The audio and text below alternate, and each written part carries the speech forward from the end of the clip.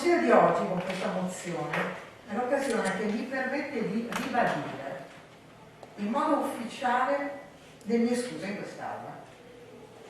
Non era mia intenzione offendere nessuno e certamente non mi troverò mai più nella circostanza di rispondere ad una trasmissione, qual è la Zanzara, irridente sopra le righe, creando involontariamente imbarazzo alla mia amministrazione regionale.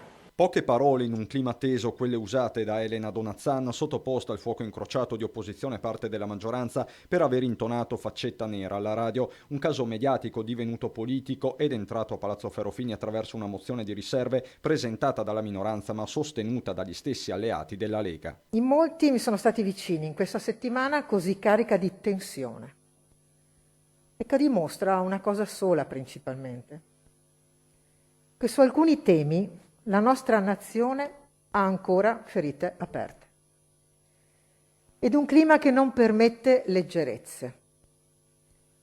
Accade nella vita di sbagliare.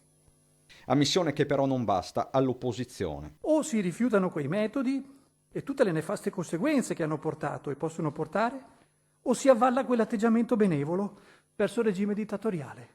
Non c'è una terza posizione. Chiede una condanna formale del fascismo il Movimento 5 Stelle con Erika Baldin, netta anche la richiesta dei Dem. Condanni con chiarezza in quest'Aula insieme a noi il fascismo, prenda le distanze da quelle idee, da quella pagina buia della storia europea. Contro ogni forma di totalitarismo si professa invece Forza Italia, 2 pesi e 2 misure, tuona Venturini che fa un collegamento con la crisi a Roma. Noi siamo il paese dove se sei da una parte allora sei un voltagabbana disperato e se sei dall'altra sei un costruttore virtuoso. Cita tra gli altri Hannah Arendt e il libro Un anno sull'altipiano il consigliere della Lega Marzio Favero che tenta una sintesi politica e storica. Noi come esponenti regionali dobbiamo capire che siamo l'espressione di una volontà politica di carattere democratico che si è formata nell'esperienza resistenziale,